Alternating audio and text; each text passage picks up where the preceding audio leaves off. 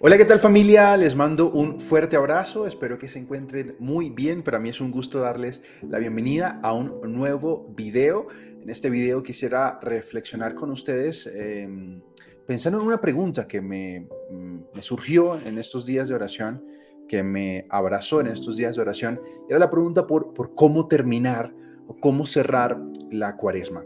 Te invito a que vayas a ver en el canal de YouTube de Paula Vega, de Llámame Yumi, un video donde respondo a esa pregunta. Este video viene a ser como una segunda parte, como todo lo que dije en ese video, como decantado y pensado desde otras perspectivas, a propósito, repito, de mi oración de estos días.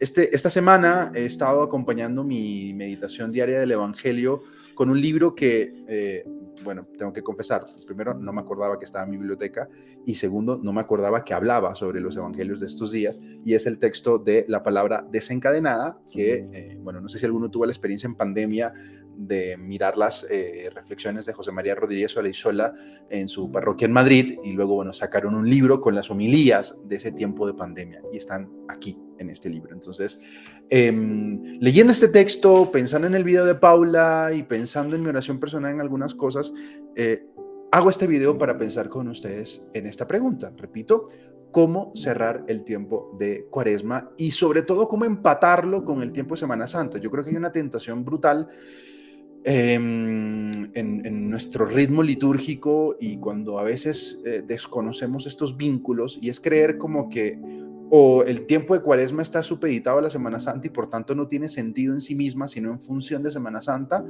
o también en como encasillarlo todo, ¿no? Entonces es Cuaresma y ahora pasamos a Semana Santa y luego pasar a Pentecostés y ya luego tiempo ordinario y no hay como un vínculo entre ellos. Bueno, en fin, esta reflexión, que invito a que me acompañes a hacerla juntos, es pensando en eso. ¿Cómo se enlaza este tiempo de Cuaresma? ¿Cómo se enlaza con el tiempo que vamos a empezar a vivir a partir de mañana y hacia dónde vamos a ir apuntando y acompañando a Jesús en su pasión, muerte y resurrección?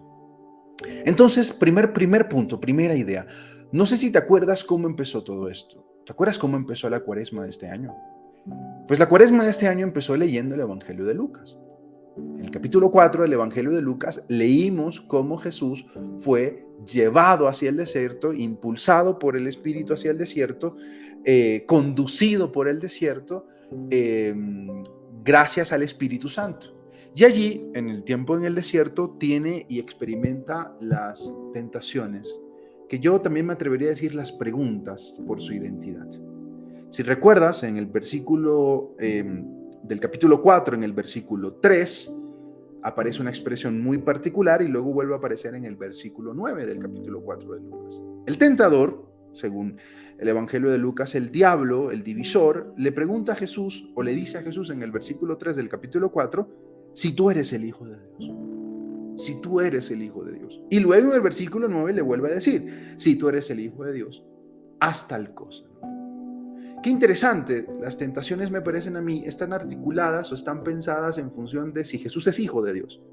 Lo curioso es que hay aquí como una confrontación particular entre dos maneras de ser hijo de Dios. La que piensa el diablo, ¿no? La idea de hijo de Dios como aquel que muestra su poder, como aquel que se impone, como aquel que se muestra abiertamente, y la visión de hijo de Dios que tiene Jesús.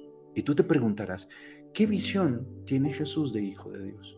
Pues resulta ser que si hiciéramos un análisis más exhaustivo, nos daríamos cuenta que Lucas, justo antes de poner este relato de las tentaciones de Jesús, es decir, echando la página hacia atrás, en el capítulo 3, en el versículo 21, nos narra una cosa fundamental para comprender esto.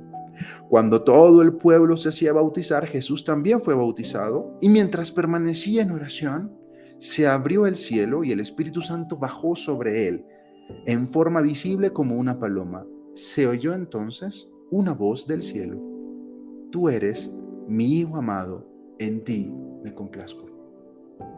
Entonces nos resulta extraño que Lucas, justo después del relato del bautismo, con ese intermedio donde comienza a hablarnos de la genealogía de Jesús, justo después del bautismo, nos narre que Jesús es conducido por el Espíritu. ¿Cuál Espíritu? Pues el que acaba de recibir en su bautismo en el Jordán, y que va a ser confrontado en función de la identidad. Pues ¿cuál identidad? La que ha recibido en su bautismo. La identidad de Jesús es que Jesús es hijo amado de Dios, que en él Dios se complace. Y entonces tiene sentido que luego en el capítulo 4 Jesús sea tentado en función de su manera de ser hijo de Dios. Así empezábamos la cuaresma.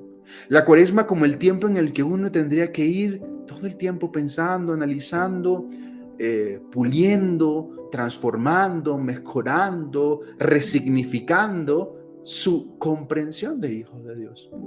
Recuerdo que al principio de la cuaresma di una conferencia, una reflexión pensando en esto y les decía a las personas que me acompañaban en aquella ocasión que se preguntaran eso, ¿no? ¿Qué tipo de hijo de Dios eres tú? Porque si nos damos cuenta, en el relato del capítulo 4, Jesús es tentado en tres cosas. Si tú eres el hijo de Dios, ordena a las piedras que se conviertan en pan. Y Jesús no lo hace. Entonces quiere decir que Jesús no es un hijo de Dios que convierta las piedras en pan en función simplemente de él, como un acto para él. Pareciera aquí que Lucas ya nos está sugiriendo la imagen de un Jesús que es capaz de transformar las piedras en pan siempre y cuando sea un pan para otros, siempre y cuando sea una conversión que convoque a otros a la misma mesa. Casi que podríamos decir que los milagros de Jesús, las acciones de Jesús, que están impulsadas por el Espíritu, si están impulsadas por el Espíritu, lo están porque están en función de los demás, en función de los otros. Un Jesús que es capaz también de darse a los demás con estos pequeños detalles. No convierte la piedra en pan para él mismo. Seguramente lo hubiera hecho si fuera para darle de comer a los pobres y a los marginados, a los excluidos. Porque ahí se multiplica el pan, ahí sí es capaz de darle pan a todos. Una pista allí, no me parece. No tenemos tiempo de profundizar en eso, pero me parece curioso también pues, ponerlo sobre la mesa. Luego, en el versículo 5 del capítulo 4, ¿no? Lo lleva al alto y le dice, te daré todo el poder y el esplendor de estos reinos porque me han sido entregados y yo los doy a quien quiero. Una segunda tentación. ¿Qué hace Jesús? Pues rechaza el poder sobre las naciones. Y esto es algo que me parece súper interesante. Un Jesús que es hijo de Dios, que no acepta el poder así por así. Y finalmente, la tercera tentación, un Jesús que es invitado a tirarse la parte superior del templo, que se tira, ¿no? Tírate para que vengan los ángeles y para que muestres con ansia y con amplitud tu poder. En esta última tentación, José Luis Sicre nos recuerda que si uno mira el Antiguo Testamento y si uno empieza a leer el Antiguo Testamento con cierta rigurosidad, se va a dar cuenta que aquellos que son grandes imágenes de fe y son grandes mediadores entre Dios y el pueblo, tenían el derecho de mostrar un acto poderoso para que el pueblo creyera que ellos realmente estaban enviados por Dios. Entonces parece que esta última tentación, más que ver con que los ángeles aparezcan, era una tentación en función de, no, muestra que tú en el fondo eres verdaderamente el Hijo de Dios, eres el escogido de Dios, eres el Mesías y por tanto tienes todo el poder y la potestad de exigirle a Dios que haga algo para que los demás te crean. Y Jesús dice, no, ese no es el tipo de Hijo de Dios que yo soy. Entonces Jesús ha encontrado y ha escuchado en el bautismo su identidad. Tú eres mi hijo amado, en ti me complazco. Y en el desierto va a ser tentado en eso. No va a ser tentado en cositas, en hacer o no hacer. No va a ser tentado en otras cosas que podríamos pensar nosotros y que a veces hemos metido en nuestros ideales religiosos. No. Es tentado en su identidad. ¿Qué tipo de eres? ¿Qué tipo de hijo de Dios eres tú, Jesús? Y Jesús dice, pues no soy un hijo de Dios de esta manera. No convierto las piedras en pan para mostrar un poder, para imponerme. No acepto justamente que me des el poder sobre los reinos porque no me interesa, eso no me interesa. Yo soy un hijo de Dios con otra perspectiva. Y entonces podríamos hacer el arco desde este capítulo 4 de Lucas hacia toda la vida de Jesús y darnos cuenta que Jesús es un hijo de Dios muy particular, que se sienta con los pecadores, que sana a los heridos, que pone en el centro del sábado al ser humano, la vivencia y la experiencia de cuidar al ser humano, de estar con el ser humano, de hacer el bien. Hechos de los Apóstoles nos va a decir que solo hizo el bien y nada más, solo eso y todo eso hace Jesús. Y entonces miramos en Jesús una manera de ser hijo de Dios, un modo de ser hijo de Dios. ¿Cómo estuvo tu reflexión pensando en eso? ¿Qué tipo de hijo de Dios eres tú? ¿Qué tipo de hija de Dios eres tú? Esto me parece crucial para comprender entonces hacia dónde vamos a apuntar. Porque resulta ser,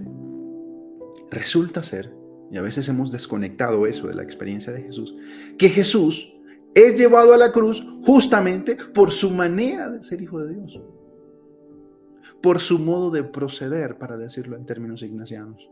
Por eso es llevado a la cruz. Porque este hijo de Dios actúa de una manera extraña. Porque dice que es hijo de Dios, pero no hace signos cuando se lo pedimos. Porque dice que es hijo de Dios, pero entonces se sienta a la mesa con pecadores. Porque dice que es hijo de Dios y además de, no solo sana a la gente, sería más o menos normal, sino que además de eso le perdona los pecados. Imagínate tú, como si él fuera Dios. ¿Quién le dijo eso? Por todas estas acciones Jesús es llevado a la cruz. La cruz es la síntesis de una vida entregada y donada, de una vida en favor de los demás. Ese es el gran milagro de Jesús, que cada vez que hace algo pone en movimiento el amor hacia el otro y pone al otro en movimiento de amor. Recordarán, por ejemplo, ustedes el famoso caso del endemoniado de Gerasa. El endemoniado de Gerasa ya estaba listo, tenía su chaleco salvavidas, ya estaba listo en la barca, ¿no? Montado, y Jesús le dice: ¿qué tú haces aquí? No, Señor, yo quiero seguirte.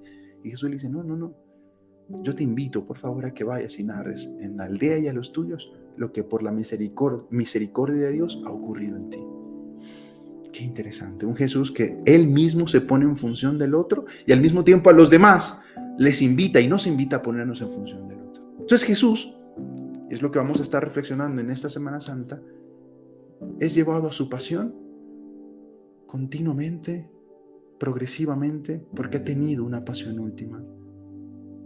Es llevado a la pasión porque tiene una pasión desde el momento uno, desde el momento en el que escucha que es hijo amado. Su pasión es el reino de Dios, en hacerlo posible, visible, vigente, en hacer que el ser humano con quienes se encontraran se dieran cuenta que en efecto el reino de Dios estaba cerca, que el reino de Dios empezaba a actuar aquí y ahora en sus actos de amor, de entrega y de comunión con todos. Y lo curioso de esto, familia, es que el arco se cumple si les tomamos prestadas ahora las palabras a Mateo. Porque Mateo, o según Mateo, Jesús es tentado en la cruz con esa misma fórmula. Si tú eres el Hijo de Dios, bájate de la cruz. Otros evangelios nos van a decir: si tú eres el Mesías o si tú eres el enviado de Dios, sálvate a ti mismo. Pero detrás está la misma lógica. El tentador le dice en el desierto: si tú eres el Hijo de Dios, pues demuéstralo. Demuestra que eres un Hijo de Dios poderoso. Y en la cruz también es tentado sobre su identidad. Si tú eres el Hijo de Dios, bájate de la cruz. Si tú eres el enviado de Dios, sálvate a ti mismo. Es decir, muestra que estás en función de ti mismo. Pero no se habían dado cuenta que la cruz, que es la síntesis de toda una vida entregada y amor por los demás, de toda una vida dispuesta en favor de los demás. Jesús, que en la cruz nos vuelve a decir y nos vuelve a invitar a dar la vida. Ese es el camino de seguimiento de Jesús. John Dominic Crossan nos recordaba en aquel famoso texto buenísimo, que además les recomiendo leer, La Última Semana de Jesús, que el seguimiento de Jesús no lleva a cualquier tipo de muerte, no lleva a cualquier seguimiento. El seguimiento de Jesús lleva a cargar la cruz, que es, repito, la síntesis de una vida entregada en servicio y amor por los demás. Cargar la cruz es justamente el signo, el símbolo de aquel que es capaz de, como Jesús, todos sus días, toda su vida, darla, entregarla, donarla, partirse por los demás. Y por eso también para las primeras generaciones cristianas fue tan importante el pan partido. Era una muestra también de un Jesús que se la pasaba dándose y donándose por los demás.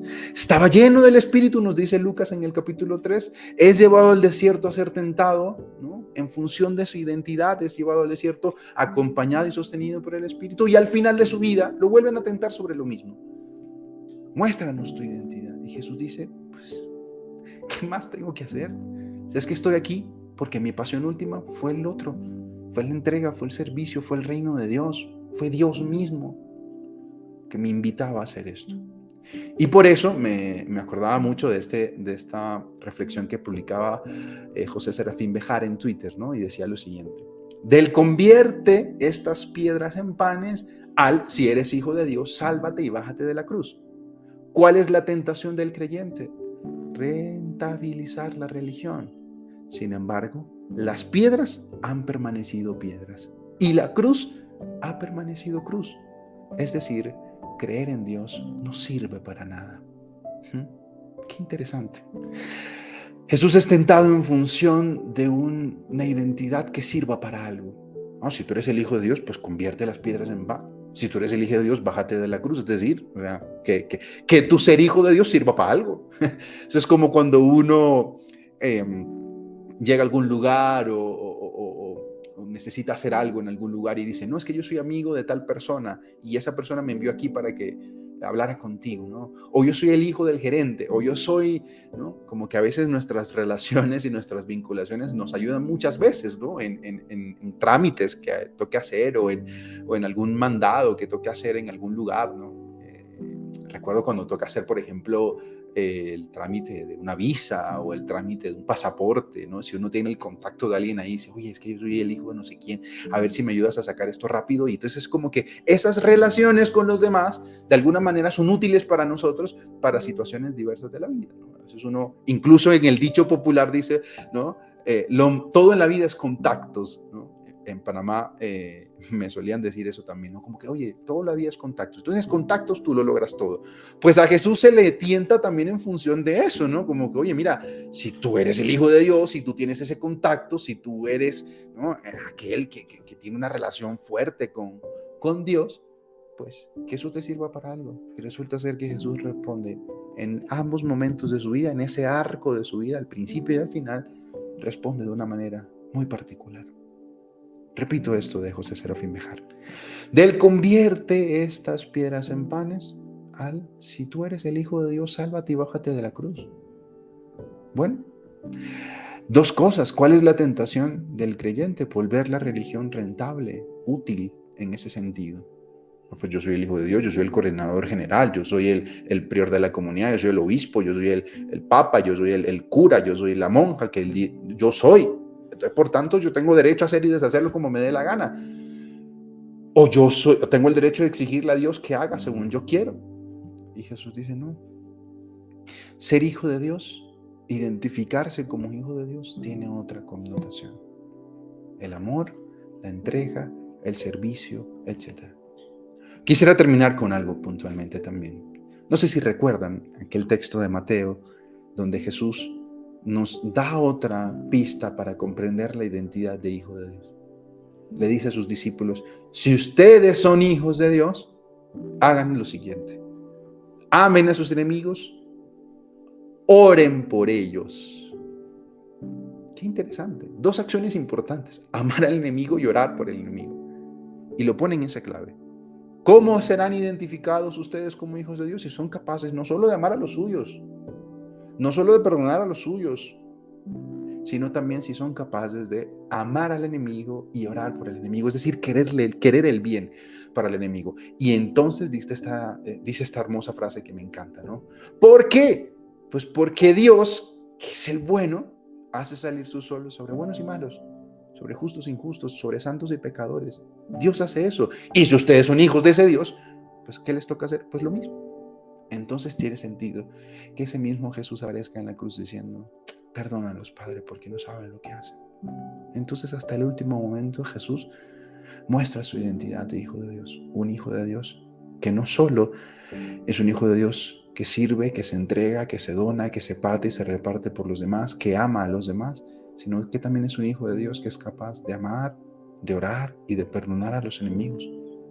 A veces eso lo hemos romantizado mucho, ¿no? Como que pensamos que el enemigo, ay, sí, el enemigo, ama al enemigo, pero es que el enemigo de Jesús o los enemigos de Jesús lo llevaron a la cruz. Y eso no es cualquier cosa. Y eso es imposible romantizarlo. Eso es así de crudo y de cruel. Pero allí en la cruz, cuando le dicen, sálvate, bájate, si eres el Hijo de Dios, Jesús dice, sí, en efecto soy el Hijo de Dios y por eso perdono a mis enemigos. Y pues eso es lo que vamos a contemplar en esta semana. Me conmueve pensar en eso de Jesús, de verdad. Porque me doy cuenta también que a mí me falta mucho todavía por ser un hijo de Dios así como Él. Y por eso lo sigo contemplando y por eso sigo yendo al Evangelio y por eso sigo orando, porque sé que me falta mucho más en mí para amar como Él, a quienes me han herido y me han lastimado. Como decía hoy justamente el Papa Francisco en la homilía de Domingo de Ramos, ¿cómo nos comportamos con los que nos han hecho daño? Allí podremos expresar si realmente somos o no somos hijos de Dios. En fin, gracias a ustedes por acompañarme en este video, gracias por estar aquí. Les mando un abrazo. Deseo que este tiempo de Semana Santa, que este tiempo de contemplación de la pasión, muerte y resurrección de Jesús, descubramos justamente lo más esencial de Jesús. ¿Cuál fue su pasión? Su pasión no fue la muerte en cruz únicamente. Esa es la síntesis de una vida que fue entregada y de un corazón que se entregó totalmente a una pasión profunda al reino de Dios. Hacerlo posible, hacerlo vigente, hacerlo presente.